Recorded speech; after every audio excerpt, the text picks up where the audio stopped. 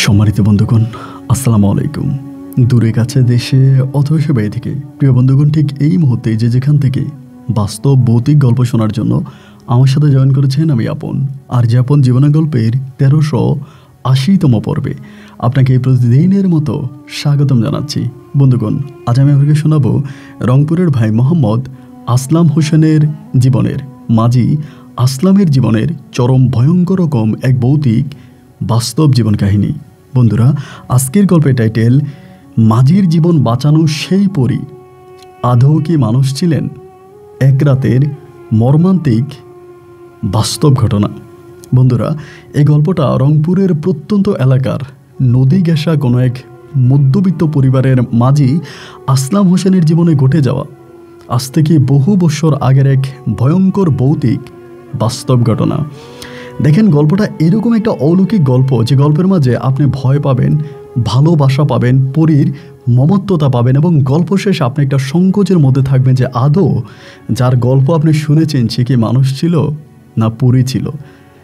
এবং এই গল্পের শেষে আপনাকে এক আশ্চর্যজনক কথা শুনতে হবে, যা শুনলে আপনি অবাক হয়ে যাবেন। আশা করব শুরু থেকে শেষ পর্যন্ত রংপুরের ভাই মাঝি আসলামের জীবনের এই রোমান্টিক ভৌতিক বাস্তব গল্পটা আপনারা প্রত্যেকে আমার মুখে শুনুন এবং গল্প শেষে আসলাম ভাইকে আপনার মতো করে একটা মন্তব্য কমেন্ট বক্সে লিখবেন। ধন্যবাদ সবাইকে। সম্মানিত বন্ধুগণ, আসসালামু আলাইকুম।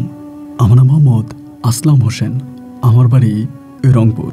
বন্ধুরা, আমি আমার জীবনের গল্পটা শুরু করার শুরুতে আপনাদেরকে আমার পরিবারের সম্বন্ধে জানিয়ে রাখি। আমার পরিবারে আমি আছি, আমার বাবা আছে, মা আছে, রয়েছে আমার দাদা দাদি সহ আমাদের কাকা ফুফি।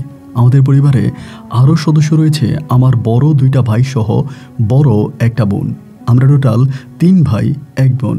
আমাদের পরিবারটা রংপুর শহরের অদূরের কোনো এক অজপাড়া গায়ে এক নিম্ন মধ্যবিত্ত পরিবার। আমার বাবা পেশায় ছিলেন একজন ছোটোখাটো ব্যবসায়ী।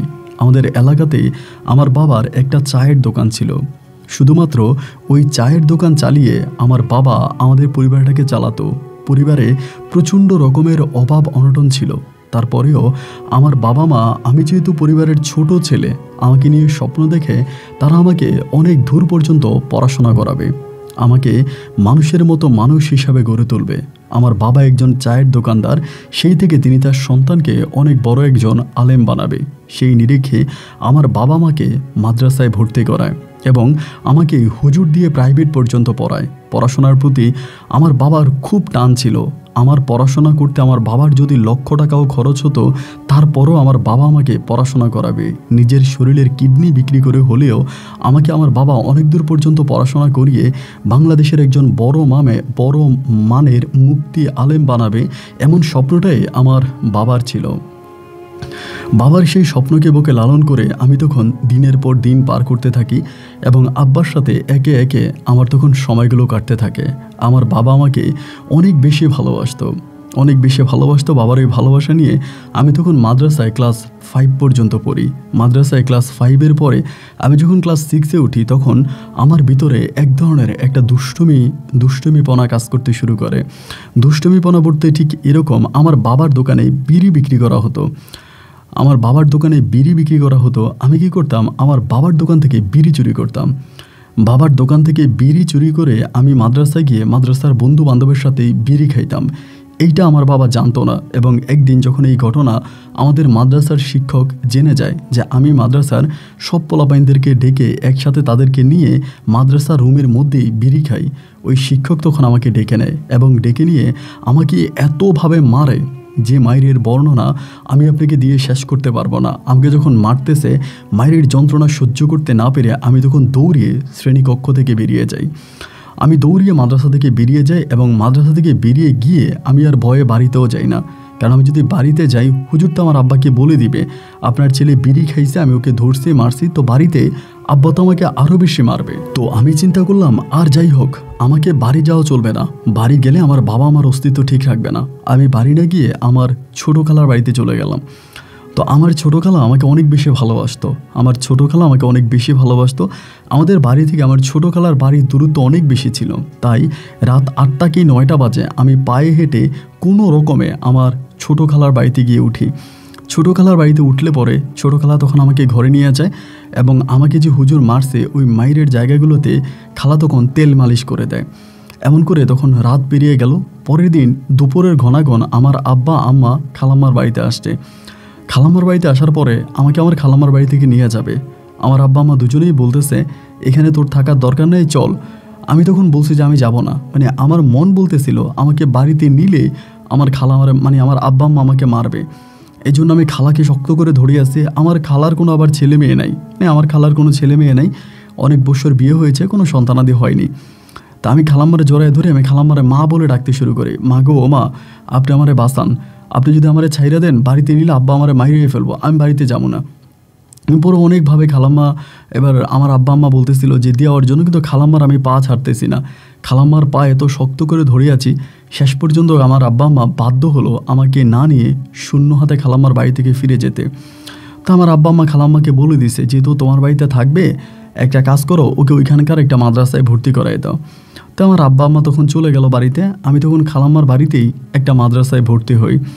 তো খালাম্মার বাড়িতে তো আমাকে শাসন করার মতো কেউই ছিল না। খালা খালু দুজন আছে, তারা দুজনেই মোটামুটি আমাকে অনেক আদর করে, ভালোবাসে। আমাকে মারা তো দূরের কথা, তারা আমাকে একটা ঠিকমতো ধমকও দেয় না। আমি যখন যা বলি তারা আমার সব কথা শোনে এবং আমাকে একেবারে আদর দিয়ে মাথায় তুলে রাখে। আমাকে কোনো কিছুর অভাব দেয় না। টাকা পয়সা যখন যেটা চাই আমার খালা খালু আমাকে ঠিক তখন সেটাই দেয়। এমন করে আমার শৈশবের দিনগুলো কাটতে থাকে। পড়াশোনা কিন্তু কোনোভাবেই হচ্ছে না এবং এভাবে প্রায় 2 থেকে 3 বৎসরের মতো কেটে যায়। এই 2-3 বছর আমি খালা খালুর সাথেই থাকি, তাদের বাড়িতেই থাকি। আমার বাড়িতে মাঝে মাঝে গিয়েছি কিন্তু ওখানে থাকি নাই।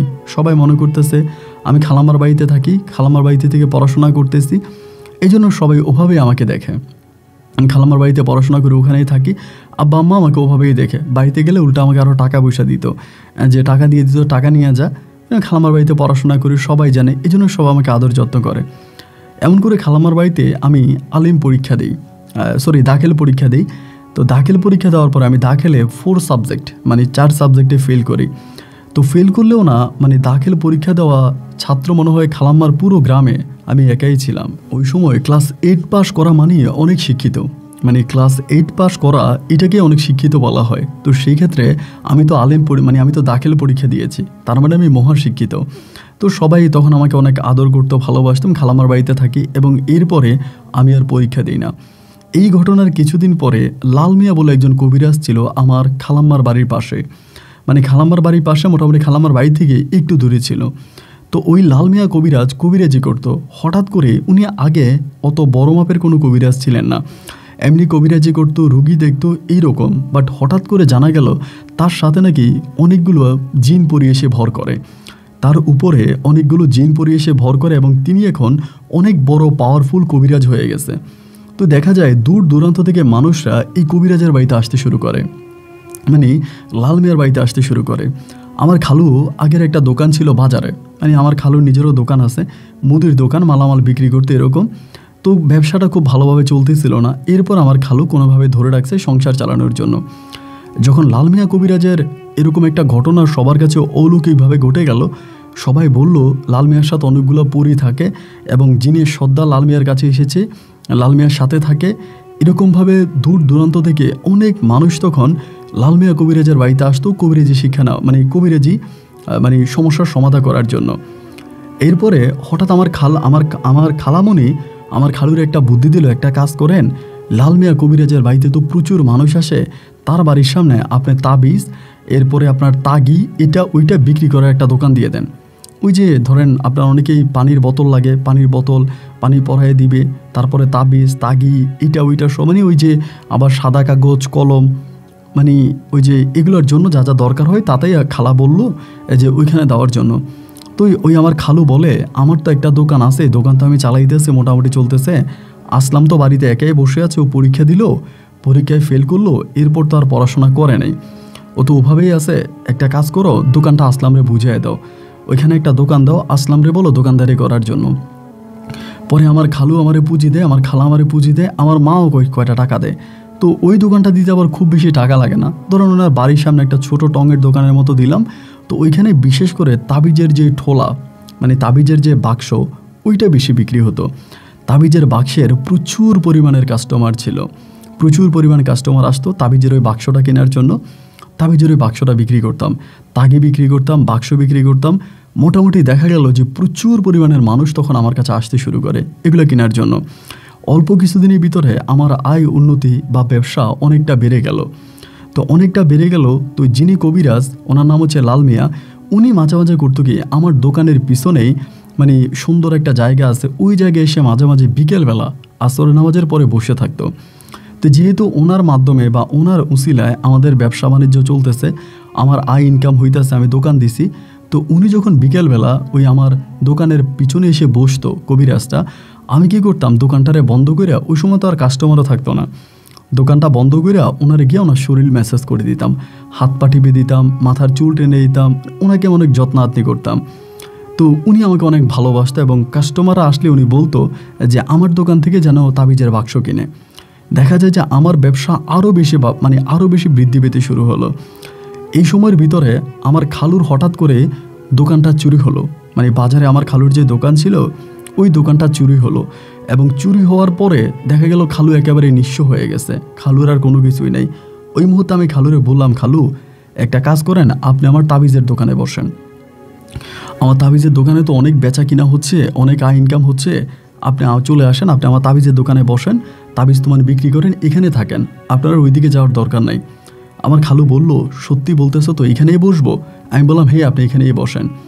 আমি তখন খালুকে ডাইকা ডুইকা আমার দোকানে নিয়ে আসি এবং আমার দোকানে আনার পরে খালু তখন আমার দোকানে বসতো, আমার দোকানে বেচা বিক্রি হতো, খালু এগুলো দেখাশোনা করতো, ওইভাবে থাকতো। তো যেহেতু খালু আমার দোকানে বসছে, তখন তো আমি মোটামুটি ফ্রি, আমার তেমন কোনো কাজ নাই, খালু দোকানে বসে উনি বেচা বিক্রি করে। আমি তখন রুগী নিয়ে মাঝে মাঝে ওই লাল মিয়া কবিরাজের কাছে যাইতাম। অনেক রুগীরা চিল্লাফিল্লা করতো, যাদের সাথে জিনে ধরা ছিল, জিনে ভূতে ধরা ছিল, এরা প্রচুর চিল্লাচিল্লি করতো, মানে চেঁচামেচি করতো। এদেরকে ধরে নিয়ে আমি লাল মিয়া কবিরাজের বাড়িতে যাইতাম এবং ওনাদের সামনে এরা শক্ত করে বসাইতাম।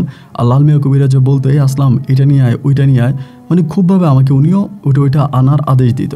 দেখা যায় এরকম করতে করতে আমি লাল মিয়ার কাছে প্রায় অনেকটাই প্রিয় হয়ে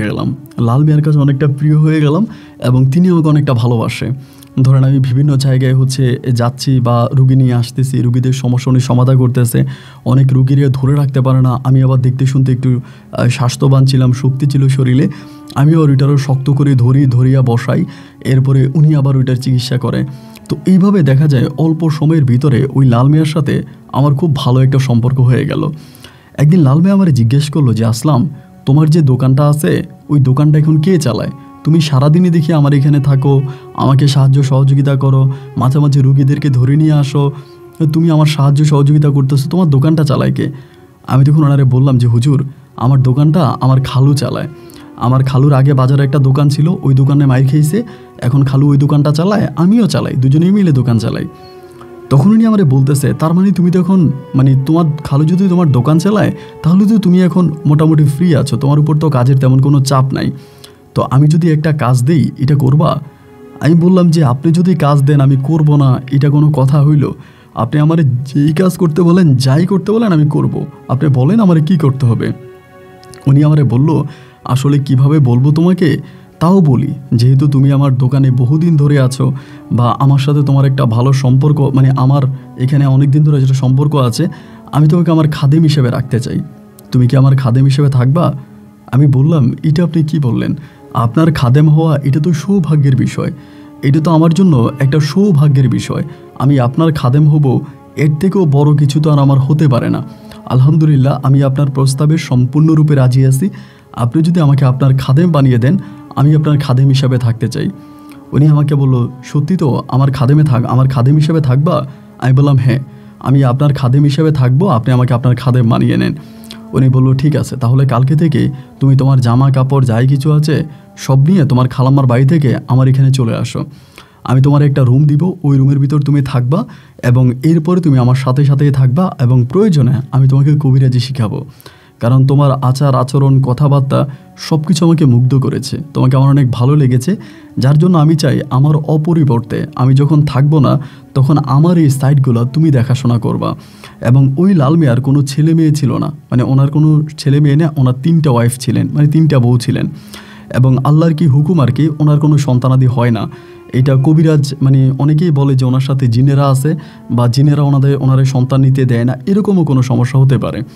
তো যাই হোক, ওনার কোনো ছেলে মেয়ে নেই। উনি আমাকে বলল যে আমি যখন এই লাইনটা ছেড়ে দিব এরপরে আমি তোমাকে কবিরাজি শিখাবো। তো আমি ওনার দায়িত্ব পালন করব। তখন আমি এই বিষয়গুলো খালুরে বললাম। তারা দুজনেই তো তখন মহা খুশি।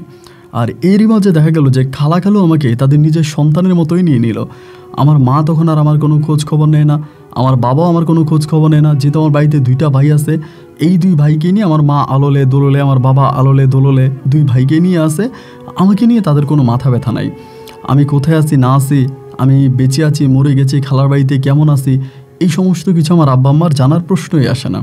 এরা আমাকে কোনো কিছু জিজ্ঞাসা করে না। আমি খালার বাড়িতে আমার মতো করে পড়ে আছি। এবার লাল মিয়া যখন আমাকে ওই প্রস্তাব দিল, আমি তখন লাল মিয়ার প্রস্তাবে রাজি হয়ে গেলাম। আমি ওনাকে এক কথাই বললাম যে আলহামদুলিল্লাহ, আমি আপনার সাথে কবিরাজি করব যদি আপনি আমাকে আপনার সাথে রাখেন। আমার কোনো আপত্তি নেই, আপনাকে আমার অনেক ভালো লেগেছে, সেই মর্মে আমি আপনার সাথে কবিরাজি করব। এরপরে আমি তখন লাল মিয়ার সাথে এই কবিরাজিতে নেমে গেলাম।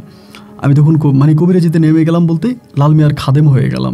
বিভিন্ন ধরনের দূর দূরান্ত থেকে মানুষ আছে, ওনাদের থাকার ব্যবস্থা করি, খাওয়ার ব্যবস্থা করি। লাল মিয়ার কাছে সিরিয়ালে মানুষকে আনার লাইন করে দেই। এরকম করে বহু বছর ধরে ওনার সাথে আমার একটা ভালো সম্পর্ক হয়ে গেল। লাল মিয়ার সাথে একটা ভালো সম্পর্ক, নিজের সন্তানের মতো উনি আমাকে আদর যত্ন করতে, একদম নিজের সন্তানের মতো আমাকে ভালোবাসতো। আমাকে কখনো কোনো কিছুর অভাব উনি দিত না। আমি যখন যেটা বলতাম উনি মোটামুটি আমার সব সময় সমস্ত কথা শোনার চেষ্টা করত, আমাকে সর্বোপরি অনেক বেশি ভালোবাসতো। এমন করে ওনার সাথে পড়ে আছে, উনি আমার সাথে পড়ে আছে। আমাদের পারস্পরিকভাবে খুব মধুর একটা ভালো সম্পর্ক সামনের দিকে এগিয়ে যাচ্ছিল। এরকম করতে করতে আমি ওনার ওখানে প্রায় 1.5 বছরের মতো ছিলাম। এবং এই 1.5 বছরের মধ্যে আমি সবচেয়ে ভয়ঙ্কর যে জিনিসটা দেখতে পেতাম, মাঝে মাঝে লাল মিয়া যখন আমার সাথে ঘুমাইতো, হঠাৎ করে কে জানি এসে লাল মিয়াকে ডাকতো। উনি আবার আমার সাথেই ঘুমাইতো। উনি এক খাটে ঘুমাইতেন, আমি নিচে ঘুমাইতাম। তো মাঝে মাঝে রাতের বেলায় ওনাকে কে জানি এসে ডাকতো, খুব সুন্দর করে ডাকতো, লাল ভাই ও লাল ভাই উঠে আসেন, এরকম করে ডাকতো। তো ডাকলে পরে উনি আমারে বলতো, আসলাম আমি একটু বাইরে যাই, আমি ঘরে আসা পর্যন্ত তুই কিন্তু ঘরের বাইরে যাবি না। তাই আমি বলতাম ঠিক আছে। তো উনি তখন করতে গিয়ে ঘরের বাইরে যাইতো। যখন ঘরের বাইরে যাইতো আমি দেখতাম প্রচুর মানুষের কথা শোনা যাচ্ছে, অনেকগুলো মানুষের সাথে মনে হয় উনি কথাবার্তা বলতেছে। তো ঘরে আসার পরে উনি ঘামাইতো, প্রচুর ঘামায় যাইতো, কথা বলতে পারতো না, গলা জড়িয়ে জড়িয়ে আসতো, কেমন একটা অবস্থা যেন হয়ে যাইতো। আমি বলতাম কী হয়েছে, আপনি বাইরে গেলেন ভালো মানুষ, কিন্তু বাইরে থেকে ভিতরে আসার পরে আপনি এরকম ঘামাচ্ছেন, এটা কি? উনি বলে, আমাদের মানুষ জাতি আসলেই অনেক খারাপ, আমাদের থেকেও জিন জাতি আরও অনেক ভালো, জিন জাতি সত্যি অনেক ভালো জাতি, মানুষ জাতি খারাপ জাতি, এগুলো বলতো। আমি ওনার শরীর টরিল মুছে দিতাম, ওনাকে শোয়াই দিতাম। ওনার যে 3 বউ ছিল, উনি ওনার বউদের কাছে খুব বেশি একটা যাইতো না, হয়তো মাসের মধ্যে 1বার কি 2বার বউদের কাছে যাইতো, কিন্তু বেশিরভাগ সময় উনি আমার সাথেই ঘুমাইতো। আমি নিচে ঘুমাইতাম, উনি উপরে ঘুমাইতো। আরেকটা দিনের অভিজ্ঞতা আমি আপনার সাথে শেয়ার করি। তখন একটা মেয়ে আসছিল এবং আসার পরে আমারে বলল যে এটা কি লাল মিয়া কবিরাজের রাস্তা না? আমি বললাম হ্যাঁ। তখন আপনার প্রায় মাগরিবের কিছুক্ষণ আগে, আসরের পরে মাগরিবের আগে। তো মেয়েটা দেখতে খুব সুন্দরী ছিল, অনেক সুন্দর ছিল। তো আমাকে বলতেছে যে আমাকে একটু লাল মিয়া কবিরাজের কাছে নিয়ে চলো। তাই আমি বললাম, উনি তো আসরের থেকে মাগরিব পর্যন্ত বসে না, এর আগে পরে কাজ করে, এই টাইমটাতে উনি নীরবে কোথাও গিয়ে বসে থাকে। পরে আমাকে বলে উনি কোন রুমের মধ্যে আছে, ওই রুমে আমাকে নিয়ে চলো, আমি ওই রুমের মধ্যে যাব। তো ওনারা আমি নিয়ে যাচ্ছিলাম, এমন সময় ওনার একটা পার্সোনাল রুম আছে, লাল মিয়া কবিরাজের একটা ব্যক্তিগত রুম আছে, যে রুমের মধ্যে উনি ব্যতীত উনি কাউকে ঢুকায় না, একমাত্র উনি ওই রুমে ঢুকে, আর কাউকে ঢুকায় না। এবং আমাকেও বলে দিয়েছে কোনো দিন যাতে আমি ওই রুমের মধ্যে ওনার অনুমতি ছাড়া না ঢুকে। তাই আমি বললাম ঠিক আছে। ওই দিন ওই মেয়েটা করলো কি, ওনার ওই রুমটার সামনে এসে আমারে বলতেছে যে আমি এই রুমের মধ্যে ঢুকবো। পরে আমি বললাম যে দেখেন, আসলে এই রুমের মধ্যে তো ঢোকা যাবে না এবং এই রুমে ঢোকা নিষেধ। পরে বলতেছে না সমস্যা নাই, আপনি দরজাটা খুলে দেন, আমি ঢুকবো, আমার এমন করে বলতেছে। তো আমি বললাম যে দরজাটা খুলে দেবো, আপনি ঢুকবেন, এরকম করে কথা কাটাকাটি হচ্ছে। এই কথা কাটাকাটির মাঝে হলো কি, আমি তখন চিন্তা করলাম যে ঠিক আছে, যেহেতু এই রুমে বসতে চায়, আর সত্যি কথা বলতে মেয়েটা এত সুন্দর ছিল, আমি আমার জীবনে এত সুন্দর মেয়ে দেখি নাই, আমি আমার জীবনে দেখি নাই। তো মেয়ের কথায় আমি কেমন জানি একটু নরম হয়ে গেলাম, একটু পটে গেলাম আর কি। পরে আমি বললাম যে আচ্ছা ঠিক আছে। এই কথা বলে আমি তখন রুমের দরজাটা খুলছি। খোলার পরে মেয়েটা হঠাৎ বলতেছে, আমি তো এভাবে ঢুকতে পারবো না, আমার পায়ে ব্যথা, আপনি আমাকে একটু কোলে করে এভাবে ধরে আমাকে একটু রুমের ভিতরে নিয়ে যান। তো আমার ভিতর তখন মনে হলো, কী রে, এই মেয়ে তো আমার সাথে ভালোভাবে সেই উঠান থেকে হাইটে এই পর্যন্ত আসলো, তার ভিতরে আমি কোনো শারীরিক সমস্যা দেখলাম না, এখন এই দরজার সামনে আসার পরে সে কেন বলতেছে তারা যাতে আমি কোলে করে এটার ভিতরে নিয়ে যাই। তো আমি বললাম, আপনি কি এভাবে হেঁটে আসতে পারবেন না, আসেন ওখানে চেয়ার আছে বসেন। বলে না, আমাকে একটু কষ্ট করে কোলে করে নিয়ে যাও। তো আমি ওই মেয়েরে ধরবো, মানে কোলে নিব আর কি, ওই সময়ের ভিতরে হঠাৎ করে লাল মিয়া কোথা থেকে জানি চলে আসছে, আইসা আমার একটা ধমক দিল, এদিকে আয়, খুব জোরে একটা ধমক দিছে। আমি তখন দৌড়ে ওনার কাছে গেছি। ওনার কাছে যাওয়ার পরে উনি আমার খুব জোরে একটা থাপ্পড় মারছে। থাপ্পড় মেরে বলতেছে যে, এই রুমের দরজা খুললি কেন? আমি বললাম, মেয়েটা বললো ওই রুমে মেয়েটা বিশ্রাম নিবে, আমি এই জন্য রুমের দরজা খুলে দিছি। উনি আমার বলে, দেখ তো মেয়েটা আছে কি না। আমি পিছনের দিকে তাকাই দেখি, ওয়াল্লাহ মেয়েটা ওই জায়গায় নাই। আমি তখন বললাম, মেয়েটাকে আপনাকে দেখে ভয় পেয়ে কোথাও চলে গেছে? উনি বলে, গেটের কাছে তো আমি দাঁড়ায় আছি, তুই পুরো বাড়ি খুঁজে দেখ তো মেয়েটা আছে কি না। গেটের কাছে কিন্তু উনি দাঁড়িয়ে আছে এবং ওনার বাড়িতে ঢোকার কিন্তু একটাই গেট। আমি তখন মেয়েটারে খুঁজতে শুরু করলাম, কিরে কোন দিকে গেল, জানত একটা মেয়ে আসলো আমার কাছে পর্যন্ত আসলো, উনি হঠাৎ করে কোথায় গেল। আমি কখনো ঘরের পিছনে, কখনো এই পাশে, কখনো ওই পাশে, বিভিন্ন পাশে মেয়েটাকে খুঁজে বেড়াইতেছি, বাট আমি তাকে আর কোথাও খুঁজে পাচ্ছি না। এদিক দিয়ে লাল মেয়ে আমার উপরে খুবই খেপে গেছে, যে খুব রেগে গেছে, খোঁজাখুঁজি করতেছে, মাগরিবের আজান দিয়ে দিছে। উনি আমার মাগরিবের আজান দিচ্ছে, পরে বলে, আসলাম এদিকে আয়, অজু কর, নামাজ পড়বো। তাই আমি অজু করছি, অজু করে ওনার সাথে মসজিদে গেছি। যাওয়ার পরে উনি আর আমি একসাথে নামাজ পড়ছি। নামাজ পড়ে আসার সময় উনি আমাকে বলল, তুই আমার এত বড় সর্বনাশ কেন করতে গেলি? আমি বললাম, দেখেন আমি তো আসলে জেনে শুনে কোনো কিছু করি নাই, আমার কি কোনো অন্যায় হয়েছে? আপনি যদি অন্যায় হয়ে থাকে আমাকে বলেন, আমি কি অন্যায় করছি আমাকে খুলে বলেন। উনি আমারে বলতেছে যে, আমি তো তোকে একদিনে বলেছিলাম যাতে কখনো কোনো দিন আমার অনুমতি ছাড়া এই রুমের ভিতরে কেউ ঢুকতে পারবে না, তুইও পারবি না, এরপরেও তুই রুমের দরজা খুলছিলি কেন? আমি বললাম, মেয়েটা এসে আমাকে এমনভাবে বললো এই রুমটার মধ্যে বসবে, আর এই রুমটা তো অনেক পরিষ্কার, অনেক ভালো, আপনার বাকি রুমগুলোর চেয়েও এই রুমটা অনেক সাজানো গোছানো, অনেক সুন্দর। আমি ভাবলাম যে মেয়েটা যেহেতু বলছে মেয়েটা এই রুমের ভিতরে রেস্ট করবে, এই জন্য আমি দরজাটা খুলে দিয়েছিলাম। আসলে আমার মাথার মধ্যে ওরকম কোনো চিন্তাভাবনা ছিল না। উনি আমারে বলল, আসলাম এই মেয়েটা কোনো মেয়ে ছিল না। আমি বললাম, মানি? বলে, এই মেয়েটা একটা খারাপ জিন ছিল, একটা বদ জিন ছিল। আমি বললাম, বদ জিন? বলে, হ্যাঁ বদ জিন। এই মানে যেই বদ জিনটা আসছে, আমি তার ভাইকে এই ঘরের ভিতরে বন্দি করে রাখছি বোতলের মধ্যে। সে চাচ্ছিল কোনো না কোনোভাবে এই রুমের ভিতরে ঢুকে তোকে দিয়ে ওই বোতলের মুখটা খুলিয়ে তার ভাইকে বের করার জন্য। এই জন্য একটা সুন্দরী মেয়ে রূপ নিয়ে আসছে যাতে তুই তার কথায় আকৃষ্ট হয়ে পড়িস। আমি বললাম, একটা জলজান্ত নারী উঠান পর্যন্ত আমার কাছে আসলো, আমার সাথে কথা বললো, আপনার গেট পর্যন্ত আসছে, এইটা তাহলে কোনো মেয়ে ছিলই না? উনি বলেন, না এটা কোনো মেয়ে ছিল না, এটা ছিল একটা জিন। এটা ছিল একটা জিন যেটা আমাকে দেখার পরে ভয়ে পালিয়ে গেছে। এটা একটা জিন ছিল। আমি বললাম, এটা কিভাবে সম্ভব? একটা জিন এরকম স্বাভাবিকভাবে একটা মানুষের রূপ ধারণ করতে পারে? উনি বলে, হ্যাঁ, শুধু পারে বললে ভুল হবে। জিনদের মাথায় মানুষের থেকে অনেক বড়, অনেক বেশি বুদ্ধি। জিনেরা আমাদের থেকে অনেক বেশি দূর পর্যন্ত পড়াশোনা করা, ওরা আমাদের থেকে অনেক বেশি জ্ঞানী, এবং ওরা আমাদের থেকেও পৃথিবী সম্বন্ধে অনেক বেশি জানে। এবং জিনেরা এমনও আছে যাদের বছরের পর বছর চলে গেছে, তাদের মরণ হয় না, জিনেদের মৃত্যু সহজে হয় না। আমি তখন বললাম, তার মানে আপনি বলতে চাচ্ছেন যে ওইটা জিন? উনি বলে, হ্যাঁ, কারণ এইটা তোকে ভুলিয়ে ভালিয়ে কোনো রকমের রুমে ঢুকে তোর মাধ্যমে ওই জিনিসটাই, ওই বোতলটা নিত এবং বোতলের মুখটা খুলে সে তার ভাইকে বা তার পরিজনকে সে মুক্ত করত। তো তুই অনেক লাকি যে তুই ঘরের ভিতরে ঢুকিস নাই, বা তুই ঢুকার আগেই আমি চলে আসছি। আর আমিও যেখানে বসে আছি সেখানে আমার সাথে থাকা জিনটা আমাকে বলল যে এরকম একটা ঘটনা ঘটতেছে, যার জন্য আমিও তাড়াতাড়ি এখানে চলে আসি। উনি তখন আমাকে বলল যে, খবরদার আসলাম, আজকের পর থেকে আমি যাতে কখনো আর কোনো দিন এরকম কোনো দৃশ্য না দেখি যে তুই আমার অনুমতি ছাড়া এই রুমের ভিতরে ঢুকেছিস বা কোনো কিছু করেছিস। এরপর থেকে আমি আরও সতর্ক হয়ে গেলাম। উনি যেভাবে বলে ঠিক সেভাবে ওনার সাথে কাজ করি, ওনার কথার আমি কোনো অবাধ্য হই না। উনি যেভাবে যেদিকে যাইতে বলে সেদিকে যাই, যা করতে বলে তাই করি। আবারও সে আগের মতো ওনার সাথে আমি থাকতে শুরু করি। দূর দূরান্ত থেকে রুগীরা আসে, আমি রুগীদের সিরিয়াল মেনটেন করি, রুগীরা ওনার কাছে যায়, বিভিন্ন রোগের সমস্যার সমাধান করে আবার চলে যায়। কেউ যদি কোনো আমানত দিয়ে যায়, কোনো টাকা পয়সা দিয়ে, আমি এগুলো নেই। এক কথায় বলতে গেলে আমি ওনার খাদেম হিসাবেই থাকি।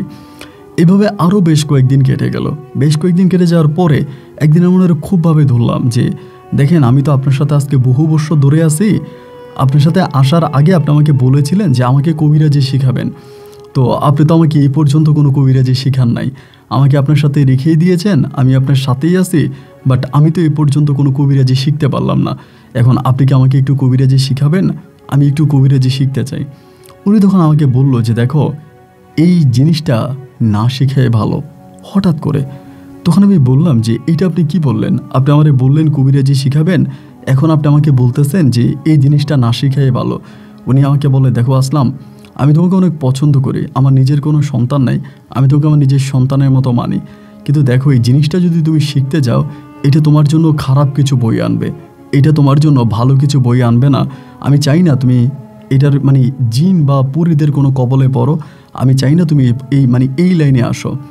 আমার বুকটা তখন অনেক ভার হয়ে গেল যে না, উনি আমার সাথে এই কাজটা কিভাবে করলো, এবং এটা তো উনি আমার সাথে ঠিক করে নাই, এটা তো উনি অনেক খারাপ করছে।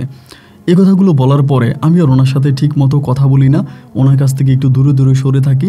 মানে এইরকম অবস্থার মধ্যে আমি এইভাবে কয়েকটা দিন কাটার পরে হঠাৎ করে একটা জিনিস খেয়াল করতে থাকি বলতে একটা মেয়ে না ঠিক জানি না, বোরকা পরিত একটা নারী এই লাল মিয়া কবিরাজকে অনেক বিরক্ত করতে থাকে। বিরক্ত বলতে এরকম বিরক্ত করে, উনি আমাকে উনি না বললেও আমি বুঝি যে এই মেয়েটা মূলত কোনো মেয়ে না, এটা একটা জিন ছিল।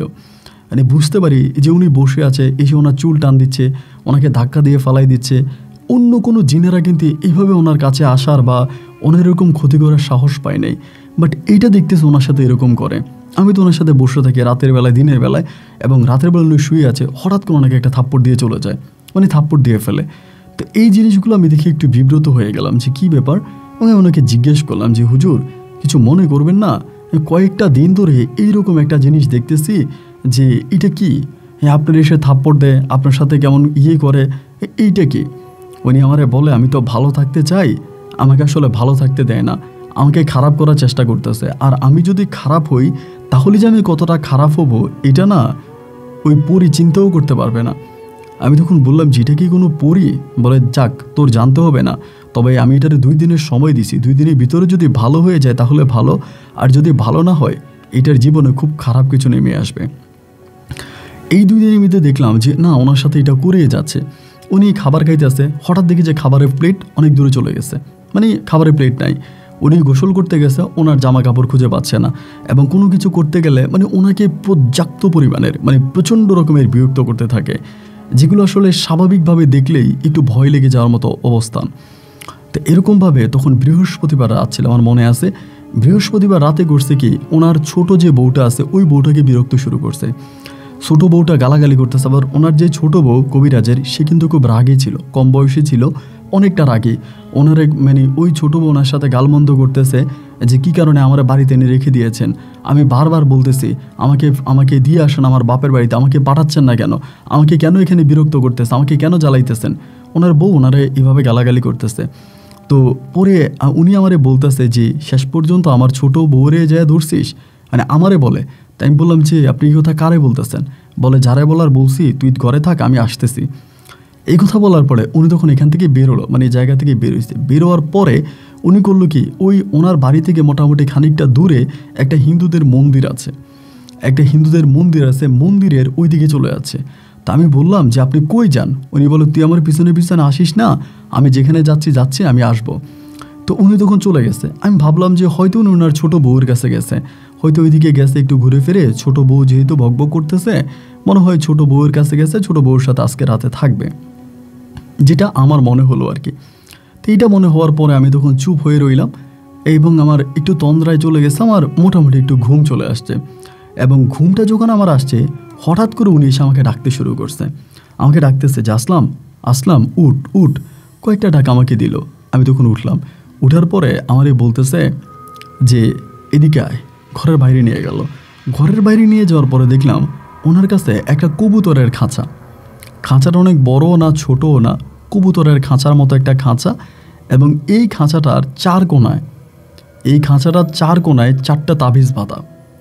খাঁচাটার 4 কোণায় 4টা তাবিজ বাঁধা, এবং খাঁচাটার ভিতরে খুব সুন্দর একটা কবুতর।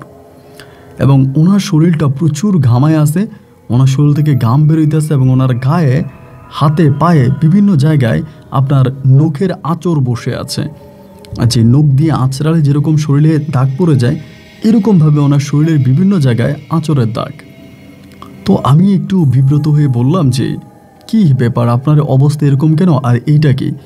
উনি আমাকে বলে, আমি অনেক ক্লান্ত, একটা কাজ কর, তোর একটা দায়িত্ব দে, একটা দায়িত্ব পালন কর। তাই আমি বললাম কী দায়িত্ব? উনি তখন আমাকে একটা পানির বোতল দিল, পানির বোতল দিয়ে আমাকে বলল যে এটা নিয়ে বটগাছের নিচে যাবি, মানে যে মন্দিরটা আছে পুরনো মন্দিরের সামনে যে বটগাছ আছে বটগাছের নিচে যাবি, এবং বটগাছের নিচে যাওয়ার পরে এটার মধ্যে তুই আগুন লাগাই দিবি, মানে প্রথমে পানিটা ঢালবি, পানিটা ঢেলে আগুন লাগাই দিবি। তাই আমি বললাম আপনি কি বলেন, পানি ঢাললে কি এখানে আগুন ধরবে? উনি বলে হ্যাঁ, পানি ঢাললেও এখানে আগুন ধরবে। আমি বললাম এটা কি পানি না কেরাসিন? উনি বলে না, কেরাসিন না, এটা সাধারণ সাদা পানি। এই পানিটা এটার উপরে ঢালবি, ঢালার পরে তুই এই মেজের কাঠিটা দিয়ে এটার মধ্যে আগুন লাগাই দিবি। আমি তখন বললাম যে এইটা আপনি কী কথা বলেন, সাদা পানি আমি এখানে ঢেলে দিলে মেজের কাঠি দিলে কি আর আগুন ধরবে? উনি একটা ধমক দিয়ে বলল, আসলাম আমি যা করতে বলছি তাই কর, আমার কথার বাইরে কোনো কথা বলে আমাকে রাগাই দিস না, আমার মিজাজ খারাপ করাই দিস না, তোরা আমি বলছি যাওয়ার জন্য, তুই এখান থেকে যা, গিয়ে এটার মধ্যে আগুন লাগাই দে। আমি তখন ওনার কথা শুনে দেখলাম যে উনি একটু রেগে আছে, মানে কথা যে আমার সাথে বলতেছে খুব রাগ করে বলতেছে, উনি প্রচণ্ড রাগ আমার উপরে। তা আমি আর ওনার সাথে ওনার এত যেহেতু রেগে আছে আমি আর কোনো কিছু বললাম না, আমি তখন আমার মতো করে চুপ হয়ে গেলাম যে আচ্ছা ঠিক আছে, উনি বলছে আমি এটা স্বাভাবিকভাবে আমার মাথায় ঢুকাই নিয়েছি। এরপর আমি আস্তে আস্তে করে চলে গেলাম এটা নিয়ে, হাতে এটা নিয়ে যাচ্ছি। আমার হাতে আর একটা হারিকেন ছিল, একটা মেজের কাঠি সাথে আছে, মানে মেজের বক্স সাথে আছে, আর সাথে হচ্ছে ওনার ওই পানিটা। আমি যখন এটা নিয়ে যাচ্ছিলাম আমার কাছে মনে হলো এটা প্রচুর ভারী, মানে এতটা ভার যে আমি এক হাতে নিয়ে 2-3 কাইক সামনে গেলে আমাকে হাত পরিবর্তন করতে হচ্ছে, মানে এই হাত থেকে আমি ওই হাতে নিয়ে যাচ্ছি, মানে এত পরিমাণের ভারী। এতটা ভারী হওয়ার কোনো কারণ তো আর আমি বুঝতেছি না, যে একটা জিনিস এতটা ভারী হবে কেন। তো ওইখানে যাওয়ার পরে বটগাছের নিচটা গেলাম, চারদিকটা তখন একেবারে গুটগুটে অন্ধকারে ঢাকা, মানে শরীরে একেবারে হিম ধরে যাওয়ার মতো অবস্থা, ভয় ভয় একটা ভাব লাগতেছে যে।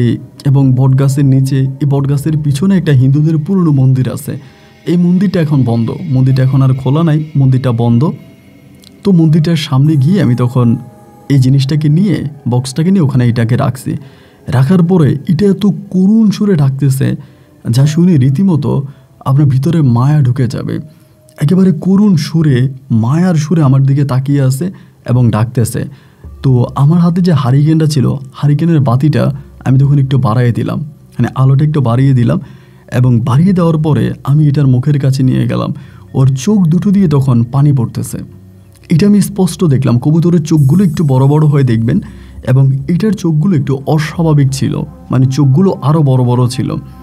তো দেখলাম যে চোখগুলোর মানে বেয়ে বেয়ে পানি পড়তেছে। গরু জবাই করানোর আগে দেখবেন অনেক সময় গরুরা কাঁদে, কোরবানের সময় আমরা গরু কিনলে দেখবেন গরুর চোখ দিয়ে পানি বের হয়, ঠিক একইভাবে আমি দেখলাম যে এই কবুতরটার চোখ থেকেও না পানি বেরোচ্ছে, মানে 2 চোখ দিয়ে বেয়ে বেয়ে পানি বেরোচ্ছে। আমি একটু অবাক হয়ে গেলাম যে কী ব্যাপার, এটি এভাবে কান্না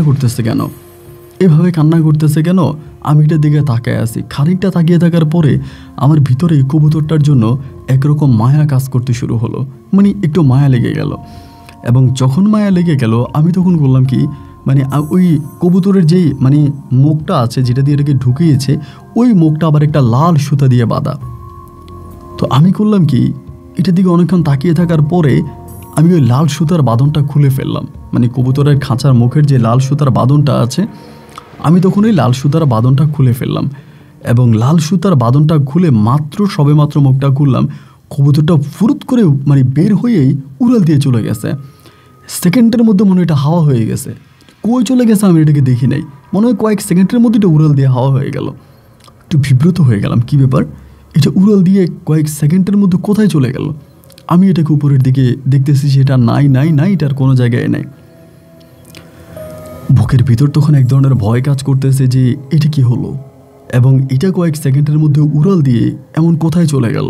আমি আর এটাকে খুঁজে পাইলাম না পাওয়ার পর আবার চিন্তা করলাম, আমি যে এটাকে ছেড়ে দিলাম, লাল মিয়া কবিরাজ তো আর আমাকে আস্ত রাখবে না, উনি তো আমাকে মারবে, মানে আমি যেটাকে ছেড়ে দিলাম উনি তো আমাকে ছাড়তে বলে নাই, বলছে আগুন লাগাই দেওয়ার জন্য। পরে আমি ভাবলাম যে যা এসে যেটা হওয়ার হয়েছে, আমি আগুন লাগাই দিই। এই বলে আমি তখন কী করলাম, খাঁচার উপর উনি যে পানিটা দিল, ওই পানিটা তখন কিন্তু খাঁচাটা খালি আছে, ওই কবুতরটা কিন্তু চলে গেছে। আমি তখন খাঁচার উপর দিয়ে ওই পানিটা ছিটিয়ে দিলাম, এবং পানিটা ছিটিয়ে দেওয়ার পরে উনি আমাকে যে মেজের কাঠি দিল, ওই কাঠি দিয়ে আগুন লাগানোর চেষ্টা করতেছে, কিন্তু এখন এটাতে আগুন লাগে না। আমি যতই চেষ্টা করছি আগুন লাগিয়ে এটাকে আমি পুড়িয়ে দিব, কিন্তু এটার মধ্যে না ভাই আর আগুন লাগতেছে না, এটার মধ্যে আর আগুন লাগে না। যখন আগুন লাগে না, আমি একটু অবাক হয়ে গেলাম যে কী ব্যাপার, এটার মধ্যে আগুন লাগতেছে, আগুন কেন লাগতেছে না? উনি আমাকে বললো আগুন লাগিয়ে দেওয়ার জন্য। এটার মধ্যে তো এখন আর দেখি আগুনই লাগে না। আগুন লাগে না, তার কারণটা কি? আমি বারবার মেজের কাঠিটার মধ্যে মারতেছি, প্রায় পুরো মেজের কাঠি আমি খালি করে ফেলি, একটার পর একটা চেষ্টা করে যাচ্ছি, কিন্তু কোনোভাবেই হচ্ছে এটার মধ্যে আমি আর কোনো আগুন ধরাইতে পারলাম না। এবং আগুন ধরাতে না পেরে আমি তখন নিজেই বিব্রত হয়ে গেলাম, আল্লাহ এটা আমি কী করলাম? এখন যদি আমি এইভাবে যাই, লাল মিয়া তো আমাকে মারবে, এবং উনি তো এমনিই রেগে আছে কয়েকদিন ধরে, একটা জিনিস ওনাকে জ্বালাইতেছে, তার উপর ওনার ওয়াইফ সমস্যা। তো আমি তখন বুঝতেছিলাম না আমি কী করব। এই ঘটনার পরে আমি তখন করলাম কি, এই এই এই জাস্ট 2-3 মিনিটের মাঝে হঠাৎ করে বাড়ি থেকে চিৎকারের শব্দ শোনা যাচ্ছে, বাড়ি থেকে চিৎকারের শব্দ শোনা যাচ্ছে। এত চিৎকারের শব্দ কেন? আমি তখন কী করলাম, ওই জিনিসটাকে কী করব তখন বুঝতে পারলাম না।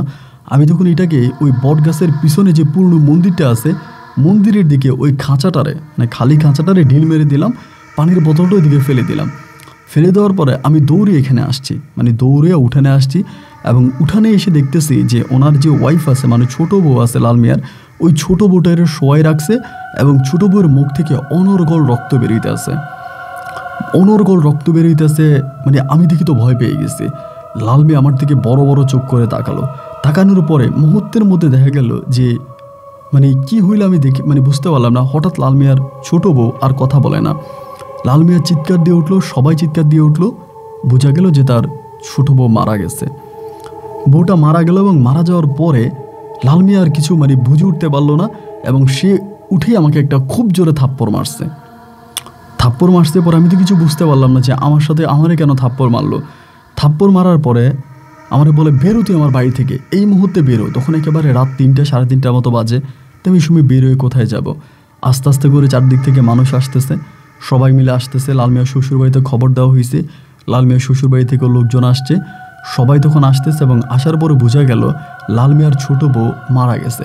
কিন্তু কিভাবে মারা গেল এটা আসলে কেউ বুঝতে পারলো না যে কীভাবে উনি মারা গেল। সবাই একটা কথাই বলতেছে যে উনি মারা গেছে। তো ওনার লাশ দাফন কাফন করতে হবে, লাশ দাফন কাফন করার জন্য যা যা ব্যবস্থা করা দরকার সবাই মিলে সেই সমস্ত ব্যবস্থার প্রস্তুতি নিল। ওনার লাশ দাফন হয়ে গেল।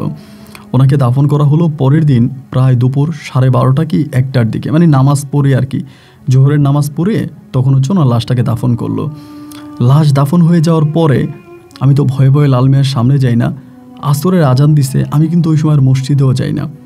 আসরের আজানের পরে লাল মিয়া তার বউর কবরের কাছে গেল, কবর জিয়ারাত করলো, করার পর উনি বাড়িতে আসছে। তখন আমি উঠানের মধ্যে আইসা আমারে বলে, কিরে আসলাম, মানে খুব সুন্দর করেই বলতেছে, রাগ করে না, ভালোভাবেই বলতেছে, কিরে আসলাম, তোরা না বললাম তোর বাড়িতে চলে যাওয়ার জন্য, তুই গেলি না কেন? আমি তখন কিছু বলি না, নিচের দিকে তাকায় আছে। আমারে বলে, আমি যে কথা বলতেছি তুই কি শুনতেছিস? আমি যে তোরে বললাম এখান থেকে চলে যাওয়ার জন্য, তুই যাচ্ছিস না কেন? আমি তখন কিছুই বললাম না। উনি বলে, আমি তোর গায়ে হাত তুলতে চাই না, আমি তোকে অনেক আদর করি, স্নেহ করি, ভালোবাসি, আমার জীবনে যা হবার তা হয়ে গেছে, তুই আমার চোখের সামনে কখনো আসবি না, তুই আমার বাড়ি থেকে বেরিয়ে যা, তোর জামা কাপড় সব নিয়ে এখান থেকে বেরিয়ে যা। পরে উনি যেহেতু এরকম করেই বলতেছে, আমি তখনও বুঝতে পারলাম না যে আসলে আমার অপরাধটা কি। আমি কি ওই মানে কবুতরকে ছেড়ে দেওয়ার জন্য কিছু হলো নাকি, আমি কিন্তু তখনও বুঝি না। পরে ব্যাগ ট্যাগ যা যা আছে সব কিছু নিয়ে আমি তখন খালার বাড়িতে চলে গেছি। খালার বাড়িতে চলে যাওয়ার পরে খালা আমারে বারবার বলে যে, লাল মিয়া তার বউ মরে যাওয়ার পরে তোরা তার ঘর থেকে বের করে দিল কেন, মানে কি ঘটনা, কেন বের করলো? আমি কোনো কিছুই বলি না, মানে আমার খালারেও কোনো কিছু বলি না, খালুরেও কোনো কিছু বলি না। তো ওই সময় কিন্তু লাল মিয়া কবিরাজিও ছেড়ে দেয়, মানে ওনার ছোটো বউ মারা যাওয়ার পরে উনি সম্পূর্ণ কবিরাজি, মানে প্রফেশনটাই ছেড়ে, দুনিয়ার কবিরাজি করে না, কবিরাজি ছেড়ে দেয়। এখন কবিরাজি ছেড়ে দেওয়ার পরে ওনার ওই কবিরাজি ঘিরে যে ধরনের দোকানগুলো হয়েছিল ভ্রাম্যমান, ওই দোকানগুলো আস্তে আস্তে সবগুলো বন্ধ হয়ে গেল। দোকানের যারা কর্মচারী আছে, যারা দোকান চালাইতো, তারাও যে যার মতো করে চারদিকে চলে গেল। এখন লাল মিয়ার কী হলো ওইটা আমি কোনোভাবেই বুঝতে পারলাম না। আমার মনটা অনেক খারাপ হয়ে গেল। খালুও তখন ওভাবে পড়ে আছে। এরকম করতে করতে মানে আমার আর ভিতরে ভালো লাগতেছিল না, মানে ভিতরে আর কোনো ভালো লাগা কাজ করে না। তো ওই বাড়ি থেকে আমি তখন কী করলাম, বহু বৎসর পরে ভারাক্রান্ত হৃদয় নিয়ে, মন খারাপ নিয়ে আমি তখন আমাদের বাড়িতে চলে আসছি।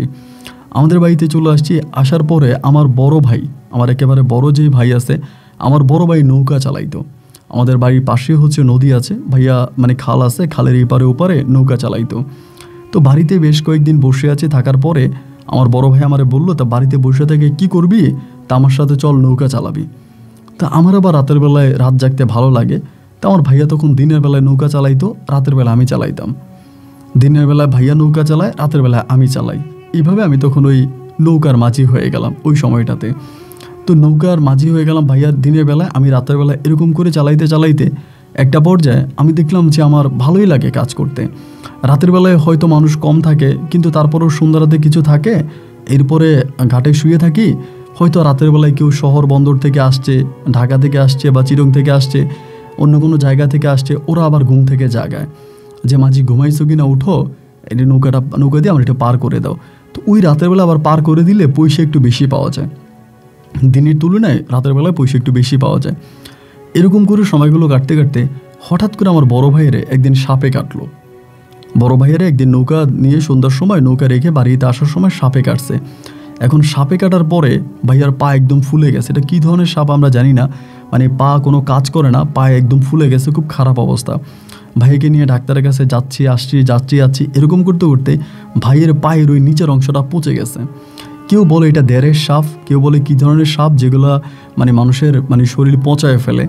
এরকম করে কিছুদিনের ভিতরে ভাইয়ার ওই পায়ের হাঁটুর নিচের অংশটা আমরা অপারেশন করে কেটে ফেলতে হয়েছে। ইতিমধ্যে আমার বাবা কিন্তু অনেক জায়গাটাকে বিক্রি করে ফেলছে, মানে আমাদের নিজেদের যে জায়গাটাকে ছিল মোটামুটি এই সবই আমার আব্বা তখন বিক্রি করে ফেলে বড় ভাইয়ের চিকিৎসার জন্য। এরপরও বড় ভাইয়ের পাকে আর রাখা গেল না, যদি এখানে অনেক ঘটনা আছে আমি সংক্ষেপ করেই বলি। তো বড় ভাইয়ের পা তখন আর রাখা গেল না, বড় ভাইয়ের পাটাকে কেটে ফেলে দেওয়া হলো। পা যখন কেটে ফেলে দিল, তখন ওখানে ব্যান্ডেজ করে বড় ভাই তখন আর কাজ করতে পারে না। বড় ভাই তখন বাড়ির মধ্যেই থাকে। তো ভাই আমারে বললো যে তো রাতের বেলায় নৌকা চালানোর দরকার নাই, তাই দিনের বেলায় চালা, দিনের বেলায় চালাইলি যা দুই এক টাকা ইনকাম হবে ওইটা দিয়েই চল, রাতের বেলায় তোর নৌকা চালানোর দরকার নাই। তো যেহেতু ভাইয়া দিনের বেলা আমাকে নৌকা চালাইতে বললো, আমিও তখন ভাইয়ের কথা মতো দিনের বেলায় নৌকা চালাইতাম, চালাইয়ে চলে আসতাম। এরকম করে প্রায় অনেকগুলো দিন কেটে গেল। তখন আমার উপরে আমাদের পরিবারটা বেশিরভাগ ডিপেন্ড করতো। আর আমার বড় আর কি যে ভাইয়াটা ছিল আমাদের মেজো ভাইয়া, উনি আবার এক জায়গায় ঘর জামাই বিয়ে হয়ে গেছে। বিয়ে হয়ে উনি ওনার শ্বশুর বাড়িতে থাকে, উনি আমাদের বাড়িতে আসে না, আমাদের কোনো খোঁজ খবরও নেয় না। আব্বা আম্মার শারীরিক অবস্থা, তাদের ওষুধ বড়ি এসব নিয়ে উনি কোনো কিছু দেখেন না, আলাদা বউ নিয়ে আলাদা থাকে। তো সংসার বড় ভাইয়ে চালাইতো, একমাত্র নৌকা চালায় বড় ভাই সংসার চালাইতো। আর আব্বার চায়ের দোকান কোনোভাবে চলতো না, ওভাবেই সংসার চলতেছে। পরে আমার উপরে আসলো গুরু দায়িত্ব। আমি তখন নৌকা দিয়ে মানে পারাপার করি, মানে লোক নিয়ে যায় আসি। এরকম করতে করতে একদিন দুপুরবেলা মানে আমাদের আসলে মানে ওরকম করে খাওয়া হতো না, ঘরে মোটামুটি যে সমস্ত খাবার থাকতো ওইগুলোই খাইতাম, অত ভালো মানের কোনো খাবার আমাদের ঘরে ছিল না। তো দুপুরবেলা পান্তা ভাত খাইলাম পেঁয়াজ দিয়ে, একটু আলু ভর্তা ছিল, ভাত খাইছি, খাইয়া আমি বেরোচ্ছি। তো হঠাৎ করে আমার মা কি বুঝে আমার জানি বলতেছে যে আসলাম রে, আজকে নৌকা চালায় আসার সময় মার জন্য কয়টা মিষ্টি নিয়ে আসিস। আমার এটা বললো যে কয়টা মিষ্টি নিয়ে আসিস। পরে আমি চিন্তা করলাম যে মা তো জীবনে কোনোদিন আমার কাছে কিছু চায় নাই, কোনোদিন কিছু খাবে এটাও আমার কাছে বলে নাই। তা আজকে হঠাৎ করে মায়ের মন চাইলো মিষ্টি খাওয়ার জন্য। তো আমি বললাম মা কি এখন নিয়ে এনে দিব? মা বলে না, রাতের বেলায় তোর চালানো শেষ হইলে তুই মিষ্টি নিয়ে আসিস, মা খাবো। তাই আমি বললাম ঠিক আছে, আমি রাতে তোমার জন্য রসগোল্লা নিয়ে আসবো, তুমি কিন্তু ঘুমাইও না। মা বলে আচ্ছা ঠিক আছে, আমি ঘুমাবো না। পরে আমি ওই বইটাটা নিয়ে ঘাটে গেলাম, ঘাটে যেয়ে রানি টিপটুপ মারলাম। 8টা বাজে আমাদের গণেশ দা বলে একজন দোকানদার আছে, ওনার রসগোল্লা আবার খুব মিষ্টি, মানে খুব ভালো আর কি। তো আমি কী করলাম, ওই রাত 8টার দিকে ঘাটে নৌকাটারে রাখি আমি রসগোল্লা কিনলাম 1 কেজি। 1 কেজি কিনলাম এই জন্য যে মা 2টা খাইতে চাইছে, ছোটো মানে বড় ভাইয়া আছে, বড় ভাইয়ের ছেলে মেয়ে আছে, ভাবি আছে, আবার বাবা আছে, তা সবাই 1 পিস করে খাক। যেহেতু মা খাইতে চাইছে, মায়ের উসিলায় সবাই 1-2 পিস করে খাইলো আর কি। এই চিন্তা ভাবনা করেই আমি তখন করলাম কি যে আপনার 1 কেজির মতো রসগোল্লা কিনে নিলাম।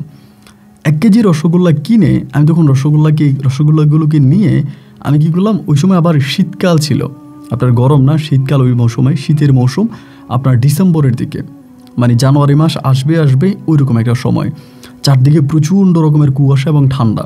আমি একেবারে চাদর মোড়ে দিয়ে তারপরে নৌকা চালাইতে হয় প্রচণ্ড রকমের ঠান্ডা নদীতে।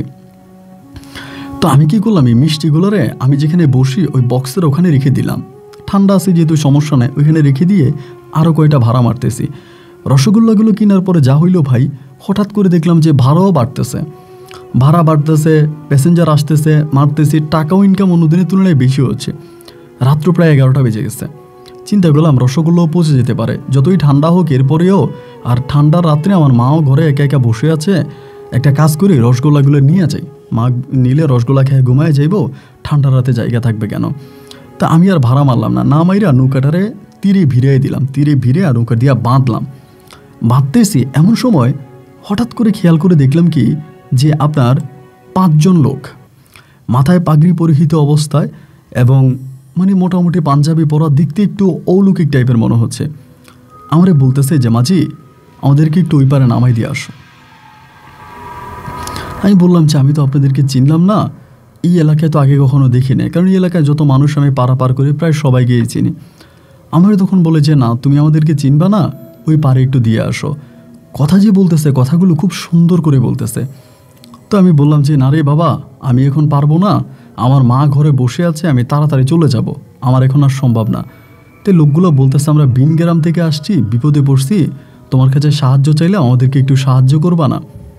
খুব আকুতি মিনতি করে মানে অনুরোধ করে বলতেছে। যখন এতটাই অনুরোধ করতেছে আমি তখন বললাম যে আচ্ছা ঠিক আছে, জিতে এতটাই অনুরোধ করে বলতেছে যে আচ্ছা ঠিক আছে আমি তাদেরকে পার করে দিই। বললাম যে ঠিক আছে আসেন।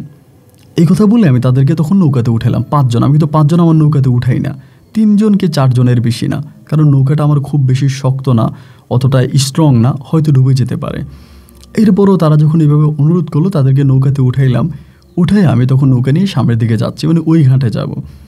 একটু একটু একটু একটু করে সামনের দিকে যাচ্ছি, মোটামুটি মাছ দরিয়ায় চলে আসছি। মাছ দরিয়ায় আসার পরে লোকটা মানে ওই 5 জনের মাঝে একজন হঠাৎ করে আমার বলতে যে মাঝি তোর এখানে তো রসগোল্লা আছে, দে আমরা রসগোল্লা খাই। হঠাৎ করে আমি তখন বললাম যে আমার এখানে রসগোল্লা আছে, এটা আপনারা কেমনে জানলেন?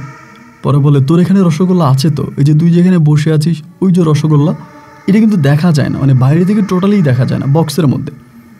পরে আমি বললাম যে না এই রসগোল্লাটা আমি আমার মায়ের জন্য রাখছি, আপনারা হুজুর মানুষ, দোকান বন্ধ হয়ে গেছে, যদি দোকান খোলা থাকতো তাহলে না হয় আপনাদেরকে খাওয়াই আমি আবার কিনে নিতাম, তাই কিন্তু দোকান বন্ধ, তো এই জন্য আমি দিতে পারবো না, এটা আমার আম্মার জন্য নিছি, আমি আম্মার জন্য নিয়ে যাব। পরে আমারে বলতেছে না মাঝি আমাদেরকে তোর দেওয়াই লাগবে, এরকম করে বলতেছে যে না মাঝি আমাদেরকে তোর দেওয়াই লাগবে। আমি বললাম যে দেখেন আমি আসলে আপনাদেরকে দিতে পারবো না, এই রসগোল্লা আমি আমার মায়ের জন্য নিচ্ছি, আমার মাকে দিব, আমার মা বসে আছে, আমার মা রসগোল্লা খাবে। তো আমারই বলতেছে যে ঠিক আছে তোর মায়ের জন্য 2 পিস নিয়ে যা, বাকিটা আমাদেরকে দে, আমরা খাই। আমি বললাম যে না আমি দিব না, আমার মা চাইছে খাইতে, আমি মায়ের জন্য নিয়ে যাবো, আপনাদেরকে দিব কেন? এই দিব না, ওনারা চাইতেছে দেওয়া লাগবে, আমি বললাম দিব না। এই মাঝে ধরান তর্কাতর্কি হচ্ছে, এরই মাঝে 5 জন হঠাৎ করে দাঁড়ায় গেল নৌকার মধ্যে, এবং দাঁড়িয়ে যাওয়ার পরে ভাই আপনি বিশ্বাস করবেন না, এত লম্বা হয়ে গেল হঠাৎ করে, যা বলা বাহুল্য, বিশাল আকারের লম্বা হয়ে গেল, মনে ওদের মানে মাথা আসমানে লেগে যাবে এমন একটা অবস্থা। আমি তখন ভয়ে মানে আত্মীয় মানে শুয়ে যাওয়ার মতো অবস্থা। একটা আইসে আমার মানে এরকম আমার ঘাড়ের মধ্যে হাত রাখছে, আমার কাছে মনে হচ্ছে যে আমি পানির নিচে ডুবে যাব, আমার নিঃশ্বাসটা তখন আটকায়া যাচ্ছিল। আমি তখন আল্লাহ আল্লাহ করতেছিলাম, আমি জানি আমি নিশ্চিত মারা যাব। এই মুহূর্তেই হঠাৎ করে ওই পাড় থেকে, মানে একটা পাড় আছে, ওই পাড়টা একটু বিলের মতো, মানে ওই ঘাটেরই একটা জায়গা আছে একটু বিলের মতো, ওখানে মানুষজন যায় না, সবাই বলে ওখানে পেত্তিনি থাকে, মানে জিন থাকে। ওইখান থেকে হঠাৎ করে একটা মেয়ে মনে হলো যেন পানির উপর দিয়ে দৌড়ে আসতেছে, এরে ছাড়, এমন একটা অবস্থা। ওই মেয়েটা যখন ওইখানে চিল্লাইতে শুরু করলো, এই 5টা লোক তখন করলো কি লাফ দিয়ে পানিতে পড়ে গেল। পানিতে পড়ে তাদেরকে আর আমি দেখতে পাচ্ছি না, তারা তখন মনে হলো পানিতে পড়ে ডুবে গেছে, আর তারা উঠে না। মানে সাঁতরায় তো কোথাও চলে যালে বুঝতে পারবো, মানে যদিও শীতের রাত হয়ে থাকে, কুয়াশা থাকে, তারপর তো একটা মানুষ যদি সাঁতরায় কোনো দিক দিয়ে চলে যায় এটা দেখা যাবে, দেখতে পাচ্ছি না। ওই পারের মেয়েটা তখন আমার বলতেছে যে মাঝি এদিকে আয়, আমাকে ডাক দে। ডাক দেওয়ার পর আমি তখন মানে ভয়ে ওই দিকেও যাই না, মাঝ দরিয়ার ভিতরে তখনও কখনো এইদিকে কখনো ওইদিকে চাচ্ছি, মানে কি করব। মেয়েটা বলতেছে, ও মাঝি তুই এদিকে আয়, তোর কিচ্ছু হবে না, আয়। কয়টা ডাক দেওয়ার পরে আমি তখন আস্তে আস্তে করে নৌকা নিয়ে ওই মেয়েটার কাছাকাছি গেলাম। মেয়েটার কাছাকাছি যাওয়ার পরে আমি নৌকা থেকে নামছি, নামার পরে মেয়েটা খুব সুন্দর, মানে অনেক সুন্দর। আমি ওর দিকে তাকিয়ে আসছি, আমার বলে, এত রাতের বেলায় যাত্রী উঠালি কেন? আমি বললাম যে আমি তো ওনাদেরকে চিনি না, তারা সাহায্য চাইছিল। পরে বলে, আমাকে ওই পারে নিয়ে চলো। আমি বললাম, আপনি ওই পারে যাবেন? বলে, হ্যাঁ যাব। পরে এই মেয়ের নিয়ে আমি আবার এই পারে আসছি। আসার পর উনি বলল যে ঠিক আছে তুমি চলে যাও। তাই আমি বললাম, এত রাতের বেলায় আপনি একটা মেয়ে মানুষ কোথায় যাবেন? উনি বলে, আমি যাব, যেখানে যাব, তোমার সাথে আমার কালকে দেখা হবে। তো এখন এই মেয়ে কি, আমি তো চিনি না, আবার বলে যে কালকে দেখা হবে। আচ্ছা ঠিক আছে। পরে আমি ওনারে নামাই দিয়া তখন আমি আস্তে আস্তে করে বাড়ির দিকে আসতেছি রসগোল্লা নিয়ে। মা তখন ঘুমায় গেছে, মারে ডাক দিলাম কয়েকটা, ডাক দেওয়ার পরে মা তখন ঘুম থেকে উঠছে, ওইটা রসগোল্লা দিলাম। মা আমার মুখের দিকে তাকায় বলতেছে, তোর মুখটা এরকম শুকিয়ে গেছে কেন? কি হয়েছে, কোনো সমস্যা হয়েছে? এই যে না মা, কোনো সমস্যা হয় নাই, ভাল লাগতেছিল না। মা আমারে বলে যে না, আসলে কিছু মনে হয় একটা হয়েছে, তোর চেহারাটা কেমন শুকিয়ে গেছে, মনে হলো তুই টেনশানে আছিস, খুব চিন্তিত, কি হয়েছে বলতো? আমি যে না মা, আমার কিছুই হয় না, আমি ঠিক আছে, তুমি চিন্তা করো না তো, নাও তুমি রসগোল্লা খাও। রসগোল্লা মায়ের মুখে তুলে দিলাম, মা তখন রসগোল্লা খাইলো মজা করে। রাতের বেলা ঘুমিয়ে গেলাম, যে কি দেখলাম না দেখলাম, কি হইলো না হইলো বুঝতে পারলাম না। পরের দিন সকালবেলা আমি আবারও নৌকা নিয়ে ঘাটে গেলাম। নৌকা চালাইতেছি, কাউকে কিন্তু আর দেখি না। এই মেয়েটারে মনে মনে খুঁজতেছি যে মেয়েটা কি। রাত 9টা, আমি ওই দিন তাড়াতাড়ি চলে আসবো, 8:30 কি 9টা বাজে। ওই ঘাট মানে আমাদের বাড়ি যেই ঘাটে, অন্য ঘাটের ওখান থেকে আমি নৌকা ভিড়িয়ে চলে আসবো। হঠাৎ করে মেয়েটা দেখে আমার ডাক দিল। তো মেয়েটার দেখে আমি আবারও নৌকা ঘুরে ওই পাড়ে গেছি। যাওয়ার পর আমি বললাম, আপনি তো আমি সারাদিন খুঁজলাম। তো মেয়ে বলে, আমি তো দিনের বেলায় বেরোই না। আমি বললাম, আপনার বাড়ি কোনটা? বলে, আমার বাড়ি অনেক দূরে। তো আমি বললাম, অনেক দূরে, আপনি এখানে কোথায় আসছেন? বলে, এখানে আমার আত্মীয়র বাড়িতে বেড়াইতে আসছে। আমি বললাম, আত্মীয়র বাড়িতে বেড়াইতে আসছেন আপনি এত রাতের বেলায়? আমারে গতকালকে রাতে বাঁচাইলেন এই মানুষগুলোর হাত থেকে, আমি আপনার জন্য কি করতে পারি? মেয়েটা হাসি দিয়ে বললে, কিছু করতে হবে না, তুমি অনেক ভালো মানুষ, তোমাকে আমার ভালো লাগছে, এই জন্য আমি তোমাকে সাহায্য করছি। তো তুমি আমার এখানে মাঝে মাঝে আইসো। আমি বললাম, আমি তো চিনি না, আপনি এখানে মাঝে মাঝে কোথায় যাব? বলে, আমি প্রতি রাতে তুমি যখন নৌকা বন্ধ করবা, চালানো বন্ধ করবো, ওই সময় তোমার সাথে এসে দেখা করে যাব। তো এটা কিন্তু তুমি কারো কাছে বইলো না, কারণ এই পাড়ার যদি কাউকে বলে ফেলো তাহলে ওরা কিন্তু আর আমাকে এইদিকে আসতে দিবে না। তাই আমি বললাম যে না, আমি কারো কাছে বলবো না। তো এই দিন আমি তখন নৌকা চালাইলাম। এরপরের দিন রাতের বেলায় আবারও নৌকা বন্ধ করার সময় অপেক্ষা করতেছি। অলৌকিকভাবে, মানে অবাকভাবে, বিস্মিতভাবে উনি হঠাৎ করে আমার সামনে চলে আসে এবং এসে সেদিন আমার সাথে আমার নৌকাতে বসে অনেকক্ষণ ধরে গল্প গুজব করে, অনেক কথাবার্তা বলে, মানে দুজনার মাঝে অনেক রকমের একটা মধুর সম্পর্ক তৈরি হয়। এবং উনি আবার আসার সময় আমার জন্য ক্ষীর, আচার, আপনার মিষ্টি, এরকম অনেক ধরনের খাবার নিয়ে আসে। তা আমি এগুলো আবার খাই। ওনার সাথে যে আমি কথা বলি, আমার কাছে মনে হয় যে খুব স্বাভাবিক একটা মানুষ। তো আমি ভাবছি যে ওনার বাড়ি ওই দিকেই হবে এবং তিনি সম্ভবত আমাকে সাহায্য করার জন্য আসছে। এরকমভাবে প্রায় সপ্তাহখানিকের মতো কেটে গেল। সপ্তাহখানিক কেটে যাওয়ার পর উনি একদিন আমারে বললো, আচ্ছা মাঝি, তুমি কি আমার সাথে আমাদের বাড়ি যাবা? সপ্তাহখানিক পরে আমি তখন বললাম যে যেতে তো ইচ্ছে করে, কিন্তু আপনাদের বাড়ি কোথায় সেটা তো আর আমি জানি না। পরে বলে, আমাদের বাড়ি অনেক দূরে, তুমি যদি যেতে চাও আমি তোমাকে নিয়ে যাব। আমি বললাম, আচ্ছা ঠিক আছে, আমার মাকে বলবো, দেখি আমার মা কি বলে।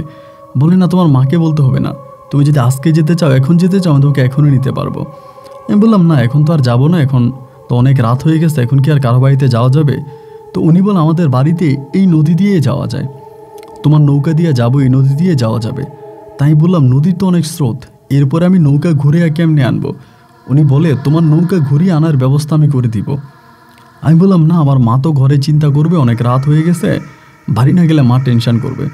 বলে, তোমার মা টেনশন করবে না, তুমি আমার সাথে চলো, আমার একটু নামাই দিয়ে আসো। তখন রাত তো প্রায় আপনার 9:30 কি 10টার কাছাকাছি বেজে গেছে। তা আমি বললাম, নদীর অনেক স্রোত, আমি তো এরপরে আর নৌকা নিয়ে স্রোতের বিপরীতে নৌকা চালিয়ে আসতে পারবো না। উনি আমাকে বলে, আমি তোমার নৌকা আনার ব্যবস্থা করে দিব। কীভাবে ব্যবস্থা করে দেবো তো আমি জানি না। সে যেহেতু একদিন আমার হেল্প করছে বা আজকে অনেক দিন ধরে তার সাথে আমি কথাবার্তা বলি, আমাদের দুজনের মাঝে মোটামুটি একটা ভালো লাগার সম্পর্ক শুরু হলো। সেই সূত্র ধরে আমি তখন রাজি হয়ে গেলাম যাই হোক, মায়েরে বুঝাই ফেলবো। মাঝে মাঝে তো রাতের বেলা বাড়িতে যাই না, নৌকাতেই ঘুমাই। মা তো ঘুমাইয়ে গেছে, এত রাতে তো আর মা জেগে থাকবে না। পরে তার কথা মতো আমি তার সাথে যখন নৌকা নিয়ে রওনা দিলাম, তা আমি তখন নৌকা বাইতাছি। নৌকা নিয়ে যত সামনের দিকে যাচ্ছি, মানে আমার কাছে কোনো কিছু অনুভব হচ্ছে না যে আমি কার সাথে যাচ্ছি বা কি আমার সাথে বসে আছে, এরকম কোনো অনুভূতি আমার ভিতরে জাগতেছে না। আমি নৌকা নিয়ে আস্তে আস্তে করে সামনের দিকে যেতে অনেক দূর পর্যন্ত চলে গেলাম। যাওয়ার পরে ওই জায়গাতে আমি কিন্তু এর আগে অনেকবার গেছি, এরকম জায়গা আমি দেখি নাই। গভীর রাতে হঠাৎ আমি দেখতে পেলাম নদীর পাশের একটা জায়গার মধ্যে একটা বিশাল ফুলের বাগান। এইরকম বাগান কিন্তু আমি এর আগে আর দেখি নাই। তো বাগানটা দেখে আমি এই জায়গার মধ্যে একটু দাঁড়ায় গেলাম যে কী ব্যাপার, এত বড় ফুলের বাগান এখানে। তো মেয়েটা বলতেছে যে এখানে আমাদের বাড়ি, যাবা আমার সাথে? আমি বললাম যাব, কিন্তু মানে আমি না বুঝতেছি না যে এইটা আপনাদের বাড়ি। বলে হ্যাঁ, এটাই আমাদের বাড়ি, তুমি যদি যেতে চাও আমি তোমাকে সাথে করে নিয়ে যাবা? আমি বললাম হ্যাঁ, যাওয়া যায়, যেতে তো সমস্যা নাই। ওনার সাথে তখন আমি আস্তে আস্তে করে এই ঘাটে নামলাম, এবং ঘাটে নামার পরে তার সাথে আমি এই ফুলের বাগানের দিয়ে সামনের দিকে হেঁটে যাচ্ছি। অনেকটা দূর হেঁটে যাওয়ার পরে একটা বাড়ি দেখতে পেলাম। তখন আস্তে আস্তে সকাল হয়ে যাচ্ছে, আলো ফুটতেছে এবং সকালের সূর্য উঠে গেল। বাড়িটার মধ্যে গেলাম, যাওয়ার পরে আমাকে বললো আসো। একটা ঘরের ভিতরে ঢুকলাম। ঢোকার পরে ওখানে প্রচুর খাবার, মানে অনেক খাবারগুলো দেখে আমি তখন আমার লোভ সামলে দিতে পারলাম না যে এত দামি খাবার তো আমি কখনো দেখি নাই। আমারে বলে খাবা? আমি বললাম হ্যাঁ খাবো। তো ওইখানেই বসে আমি ভরপেট খাবার খাইলাম। জায়গাটা খুবই শীতল ঠান্ডা এবং চারদিকে ফুলের বাগান, মাঝখানের ভিতরে এই ঘরটা, মনে হলো যেন একটা রাজকীয় একটা ব্যাপার। খাওয়া দাওয়া সম্পূর্ণ করলাম। করার পরে আমারে বলতেছে যে তুমি কি থাকবে এখানে? আমি বললাম না, আমি এখানে থাকবো না, আমি তো চলে যেতে হবে। আমার নৌকা ওখানে বাইদা রাখছি, আমার নৌকা তো চলে যাবে ভাইসা, আর সকাল হয়ে গেছে, আমি তাড়াতাড়ি চলে যাও, আমার মা চিন্তা করবে। পরে আমারে বলে মাঝি, এখানে আসা যায় কিন্তু এখান থেকে যাওয়া যায় না। কথাটা শুনে আমি একটু ভয় পেয়ে গেলাম যে কী ব্যাপার, এখানে আসা যায় এখান থেকে যাওয়া যায় না। আমি বললাম আপনি কি বলছেন, আমি আসলে ঠিক বুঝতে পারছি না আপনার কথা। আমারে বলে এখানে আসা যায়, এখান থেকে যাওয়া যায় না। আমি বললাম কেন, এখানে আসা যায় এখান থেকে যাওয়া যাবে না কেন, তার কারণ কি? তখন তিনি আমাকে বলে যে এটা কোনো মানুষের জায়গা নয়, তাই মানুষ এখানে একবার আসলে এখান থেকে ফিরে যেতে পারে না। আমি বললাম এটা মানুষের জায়গা নয়, এটা কার জায়গা? উনি বলে এটা হচ্ছে জিনপরির মহল। তখনও কিন্তু স্বাভাবিকভাবে উনি আমার সামনে বসে আছে, খুব স্বাভাবিকভাবে একটা মেয়ে সামনে বসে আছে, আমি তার সাথে কথা বলতেছি এমন করেই একটা ঘরের মধ্যে। আমি বললাম এটা জিনপরির মহল, কি বললেন আপনি, এটা জিনপরির মহল? বলে হ্যাঁ, এটা জিনপরির মহল, এখান থেকে কোথাও যাওয়া যায় না। আমি বললাম আমি এখান থেকে যেদিক দিয়ে আসছি মাত্র এখানেই, সামনেই তো ঘাট, আমি এখান থেকে হেঁটে গেলেই তো ঘাট পেয়ে যাব। উনি বলে না, এখান থেকে তুমি হেঁটে গেলে ঘাট পাবা না, আমার কথা বিশ্বাস না হলে তুমি গিয়ে দেখতে পারো। আমি বললাম আপনি কে? উনি বলে আমার নাম মায়া। আমি বললাম আপনার নাম মায়া, কিন্তু আপনি আমাকে এখানে কেন নিয়ে আসছেন? উনি বলে তুমি লাল মিয়া কবিরাজকে চিনো? আমি বললাম হ্যাঁ চিনি, আমি তো ওনার এখানে বহু বছর ধরে কাজ করেছি এবং লাল মিয়া কবিরাজের সাথে আমার ভালো একটা সম্পর্ক আছে। বলে লাল মিয়া কবিরাজ আমার 6 বোনকে বন্দি করেছে। লাল মিয়া কবিরাজ আমার 6 বোনকে বন্দি করে আমার 6 বোনের অনেক ক্ষতি করেছে। আমার বোনদেরকে বাঁচানোর জন্য আমি বারবার লাল মিয়ার কাছে ক্ষমা চাচ্ছি, ওনাকে বিরক্ত করেছি, ডিস্টার্ব করেছি আমার বোনদেরকে ছেড়ে দেওয়ার জন্য, কিন্তু লাল মিয়া আমার বোনদেরকে ছাড়ে নাই। উল্টা ওই লাল মিয়া আমাকে বন্দি করে ফেলে, আমাকে বন্দি করে তোমাকে দিয়ে আমাকে মেরে ফেলার পরিকল্পনা করে। কিন্তু ভগবানের কৃপায় ওই দিন আমার মন্দিরের সামনে তুমি আমাকে নিয়ে যাও এবং সেখানে তুমি আমাকে মুক্ত করে দাও। আমি মুক্ত জীবন পাই এবং মুক্ত জীবন পেয়েই আমি লাল মিয়া যাকে সবচেয়ে বেশি ভালোবাসে তার ছোট বউ, আমি তার ছোট বউকে হত্যা করি এবং যার পরিপ্রেক্ষিতে লাল মিয়া তার বাড়ি থেকে তোমাকে বের করে দেয়। আমি বললাম তার মানে আপনি বলতে চাচ্ছেন আপনি কোনো মানুষ নয়? বলে না, আমি কোনো মানুষ নয়, একদিন তুমি আমার অনেক বড় উপকার করেছো, সেদিন থেকে আমি তোমাকে ফলো করে যাচ্ছি, তুমি কোথায় যাও কি করো আমি সার্বক্ষণিক তোমার সাহায্য সহযোগিতা করে যাচ্ছি। হঠাৎ কিছু বদ জিনের হাতে তুমি পড়ে যাও, খারাপ জিনের হাতে। তুমি যখন মিষ্টি কিনতে গিয়েছিলা তখনই ওই খারাপ জিনগুলো তোমার পিছনে নেয় এবং তারা তোমাকে মাছ ধরিয়ে মেরে ফেলার একটা পরিকল্পনা করে। সেখান থেকে আমি তোমাকে রক্ষা করি। আমি বললাম, আপনি আমাকে এখানে কেন নিয়ে আসছেন? আমাকে এই জায়গায় কেন নিয়ে আসছেন? আমি এখান থেকে চলে যাব। উনি বলে, হ্যাঁ, আমি তোমার কোনো ক্ষতি করব না। তুমি চলে যেতে চাইলে আমি তোমাকে সসম্মানে বিদায় করব। তো এখানে যারা একবার আসে তারা কিন্তু এখান থেকে সহজে যেতে পারে না, বা সহজে কেউ যায়ও না। আর কেউ যদি ফিরেও যায়, সে পাগল হয়ে যায়, সে দেউলিয়া হয়ে যায়, রাস্তায় ঘোরাফেরা করে, সম্পূর্ণ পাগল বেশে সে চলে যায়। তো তুমি যদি যেতে চাও, আমি তোমাকে আটকাবো না, তবে আমি বলবো তুমি এখানে থাকো, অনেক ভালো থাকবা। আমি বললাম, না, আমি এখানে থাকবো না। আমি আপনার কাছে অনুরোধ করে বলি, যদি সত্যি আমি আপনার উপকার করে থাকি তাহলে আপনি আমাকে আমার বাড়িতে যেতে দেন। আমি আমার বাড়িতে চলে যাব, আমি এখানে থাকবো না। উনি বলে, থাকবা না এখানে? আমি বললাম যে না। উনি বলে, তুমি আমার কাছে কি চাও? আমি বললাম, আমি আপনার কাছে কিছুই চাই না, আমি শুধু আপনার কাছে চাই আপনি আমাকে আমার মায়ের কাছে ফিরিয়ে দেন। উনি বলে, তুমি আমার ঘরে খাবার খেয়েছো, আমার সাথে তুমি ছিলা, আমার প্রতি তোমার ভালোবাসা জেগেছে। সত্যি কথা বলতে গেলে যদি আমি মুসলিম কোনো জিন হতাম, আমি তোমার সাথে সারা জীবন থেকে যেতাম। আর তুমি যদি আমাকে রাখো, আমি এখনও তোমার সাথে থাকবো। আমি বললাম, না, আমি চাই না আপনি একটা জিন হয়ে আমার সাথে থাকেন। আমি এই জিন পরির এসব থেকে ফিরে আসতে চাই। উনি আমাকে বলে, ঠিক আছে, আমি তোমাকে এখান থেকে বিদায় করে দিব, কিন্তু তোমাকে আমি এমন কিছু জিনিস দিব যাতে তুমি সারা জীবন বসে বসে খেতে পারো। আমি তোমাকে 2টা জিনিস দিব। প্রথমটা হচ্ছে, তোমার কোনো অর্থের অভাব থাকবে না, তুমি দুনিয়াতে গিয়ে কখনো বিপদে পড়বা না, আর্থিকভাবে তুমি কখনো কষ্ট পাবা না। আর দ্বিতীয় কথা হচ্ছে, তোমার যৌবন আমি কখনো নষ্ট করব না, তোমার চেহারা কখনো বৃদ্ধ হবে না, তুমি কখনো বুড়ো হবা না, তুমি মরণ পর্যন্ত এখন যেমন আছো তেমনই থাকবা।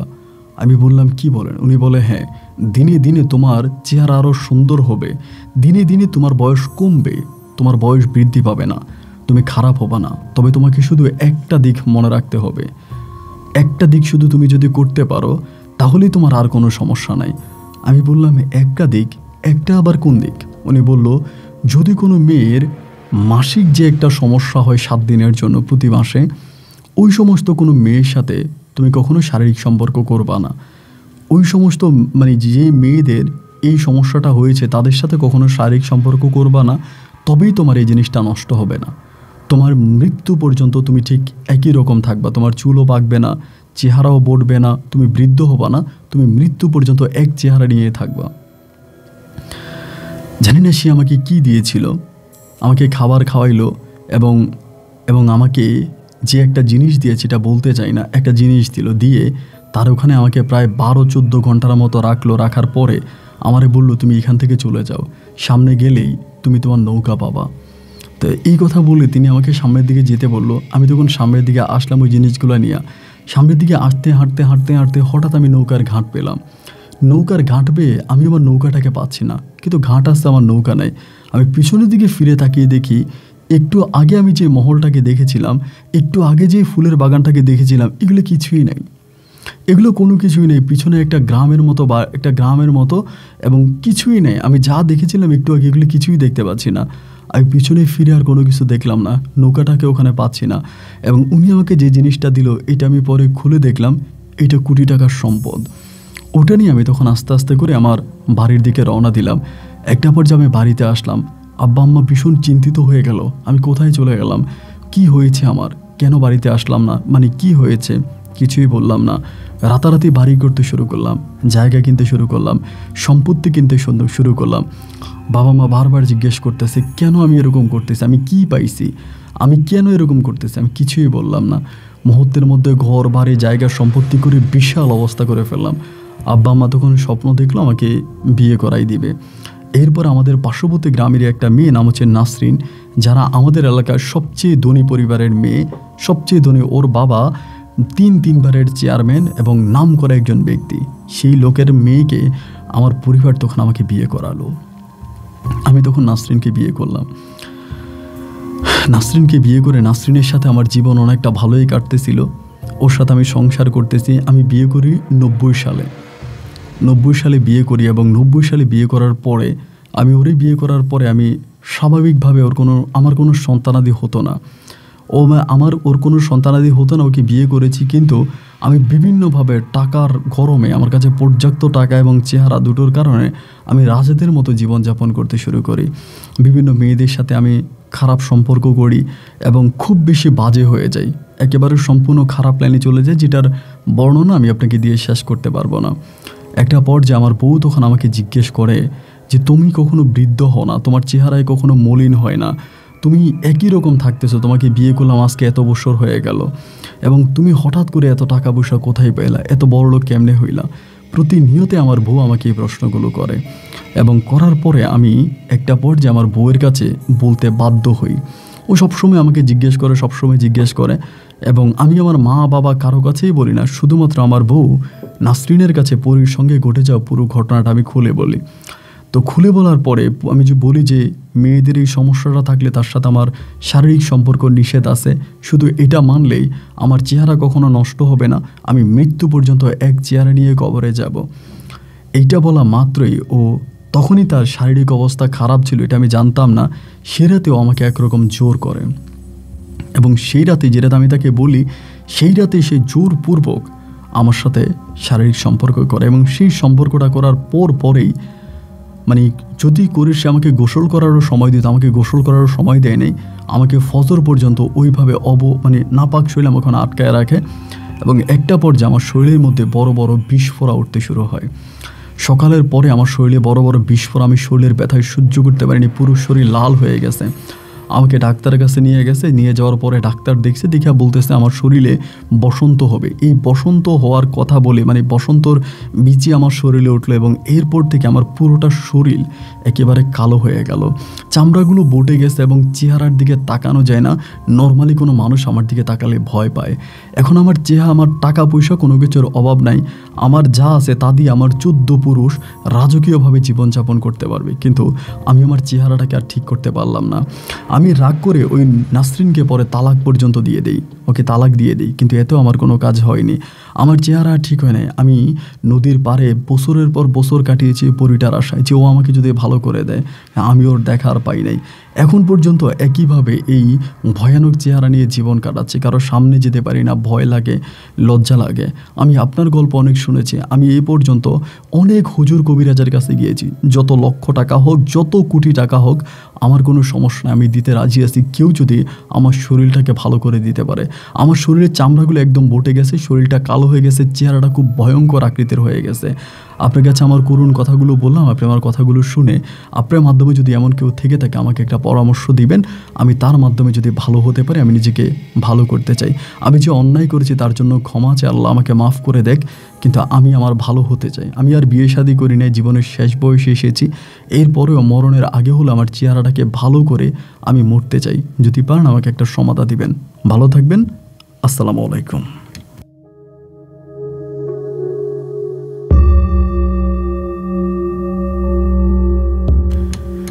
প্রিয় বন্ধুগণ, সবাইকে অনেক বেশি ধন্যবাদ এই পর্যন্ত আমার সাথে থেকে রংপুরের ভাই আসলাম হোসেনের জীবনের ভয়ঙ্কর রকম ভৌতিক বাস্তব গল্পটা শোনার জন্য।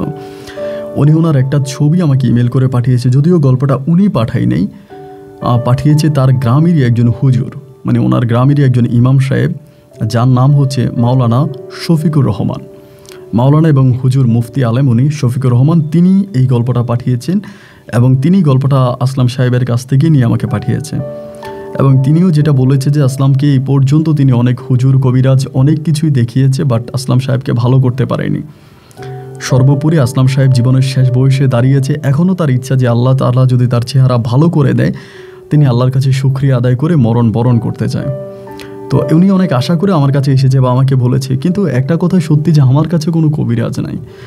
আমার সাথে সত্যিকারের অর্থে বলতে গেলে আমার কাছে কোনো কবিরাজ নাই। কেউ যদি বলেও থাকে যে আমার কাছে আসে যে আপন আমাকে একটা ভালো কবিরাজের সন্ধান দেন, আমি আসলে এই যে গল্পগুলোর মধ্যে বিভিন্ন কবিরাজের নাম পেয়ে থাকি, ওনাদের অ্যাড্রেস পেয়ে থাকি, কিন্তু ওগুলো আমি কোনোভাবেই কোথাও নোট করে রাখি না, কারণ আমি এই কবিরাজদেরকে বিশ্বাস করি না। আমার ওপিনিয়ন থেকে আমি বলি যে আমার জায়গায় হচ্ছে সবচেয়ে বড় কাজ হচ্ছে আপনি নামাজ পড়েন, আপনি 5 ওয়াক্ত, আমি ওনাকে এটা বলেছে যে আপনি 5 ওয়াক্ত নামাজে আপনার হাত মুখগুলো ভালো করে ধুতো করেন, পরিষ্কার করেন। একমাত্র আল্লাহই চাইলে আপনাকে ভালো করতে পারে। কোনো হুজুর কবিরাজ উনি বললো কোটি কোটি টাকা উনি নষ্ট করেছে, উনি চীনে পর্যন্ত গিয়েছে, একদম অনেকবার চায়না গিয়েছে, এবং অনেকবার উনি গিয়েছে, টাকা পয়সা খরচ করেছে এবং তিনি নাকি প্লাস্টিক সার্জারিও করেছে। এত কাজ হয়নি, কিছুদিন পরে তার চেহারা আবার যেমন হওয়ার তেমনই হয়ে গিয়েছে। তো পরি তাকে যা দিয়েছে বা উনি যেভাবে অর্জন করেছে, তিনি অগাধ সম্পত্তির মালিক, কিন্তু আল্লাহ তার এই জিনিসটা নষ্ট করেছে বা তিনি তেনার ভুলের কারণে আজ এই পর্যায়ে এসেছে। যাই হোক, এই গল্প থেকে যেটা শিখেছেন সেটা মনে রাখলেই জীবন সার্থক। জীবনে আমরা একটা জিনিস মাথায় রাখতে হবে, যেটা পৃথিবী, এখানে সব ইচ্ছা পূরণ হবে না। ইচ্ছা আকাঙ্ক্ষা মনে স্থাপন করেই আমাদের ভালো কাজগুলো করতে হবে এবং আখিরাতের পরে জান্নাতে গিয়ে আমরা আমাদের সমস্ত স্বপ্ন পূরণ করব। এই বলে এই পৃথিবীটা একটা পরীক্ষার কেন্দ্র বলে আমরা শুধু সময় পাস করব, তবেই হয়তো ভালো থাকবো। বন্ধুরা, সবাই ভালো থাকবেন, সুস্থ থাকবেন, এই শুভকামনায় আজকের মতো এখানেই বিদায়। দেখা হবে অন্যদিন অন্য কারো বাস্তব জীবনের গল্প নিয়ে। আল্লাহ হাফেজ এন্ড সালামু আলাইকুম।